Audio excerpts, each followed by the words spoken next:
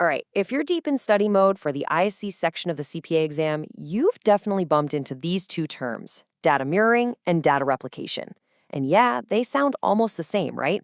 But for an auditor, understanding the difference is absolutely critical. So let's break down exactly what you need to know to nail this on exam day. It really all boils down to this one question. As a future CPA, you're going to have to look at a company's setup and ask, is this system built to survive a total catastrophe, or is it just built to keep things running smoothly day to day? The answer you'll find really depends on whether they're using mirroring or replication. So, here's our game plan. We're going to start with the core problem we're trying to solve. Then we'll dive into what mirroring is. Think of it as a live spare. After that, we'll look at replication, the smart distributor. Then we'll put them head to head and we'll wrap it all up with the most important takeaways for the CPA exam. So, on the surface, both of these methods are about making copies of data. Simple enough. But, and this is the part that really matters for an auditor, they solve completely different business problems.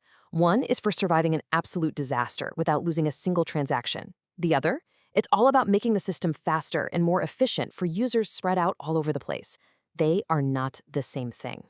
Okay, first up, mirroring. The best way to think about this is like the ultimate insurance policy for a company's data. It's what you use when losing even a tiny bit of data or having even a few seconds of downtime is just completely unacceptable. Now pay close attention to the keywords here: exact, real-time, and the big one, synchronous. Synchronous is the game changer. It means that when you save something, that transaction isn't considered done until it's been successfully saved on both the main server and the mirror server at the exact same time. It's a perfect, identical copy, always in lockstep. And that leads us to the big trade-off. See, with mirroring, you're not just copying some files. No, you're duplicating the entire system, the data, the settings, the security, the whole shebang. The goal is what we call high availability. If one server gets knocked out, the other one takes over instantly, and nobody loses anything. So what's the catch? Well, that synchronous process can slow things down a bit, and it usually means you need expensive, identical hardware.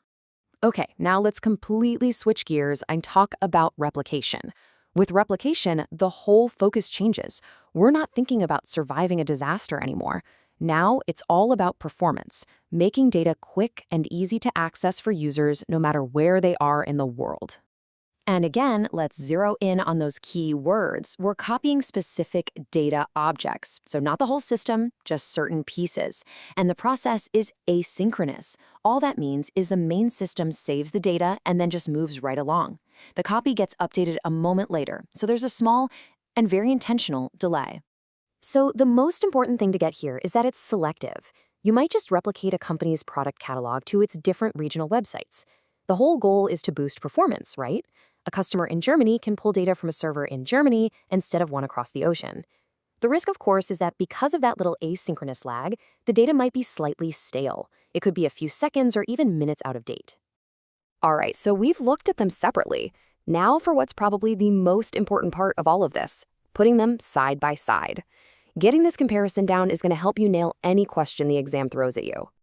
Just think of this table as your ultimate cheat sheet. So, data mirroring, it copies everything, it does it in real time, and its purpose is disaster recovery. Data replication, it copies specific pieces, it's okay if there's a delay, and its purpose is load balancing and performance. Oh, and mirroring almost always needs identical systems, while replication is way more flexible and can work between different kinds of systems.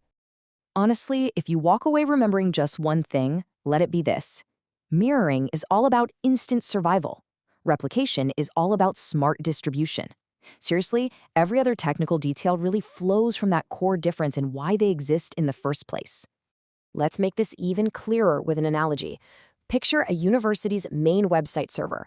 Mirroring is like having a perfect, identical clone of that server, kind of like a ghost server, running at the same time in a totally different building. If the main server room floods, that ghost server is already up and running and nobody, not students, not faculty, even notices the switch happened. Now, replication is totally different.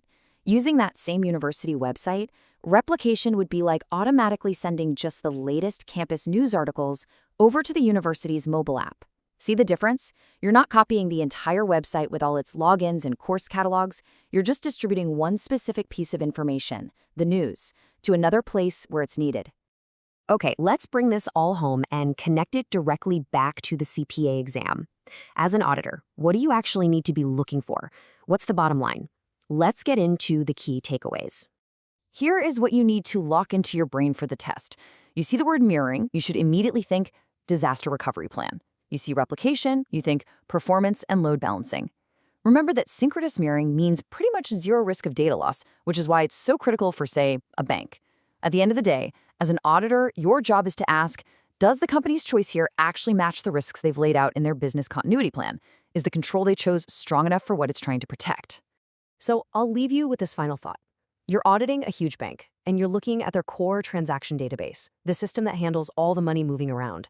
Which method do you expect, or frankly demand to see in their plan? Mirroring or replication? By now, the answer should be crystal clear. Because for a bank, the tolerance for data loss isn't just low, it's zero.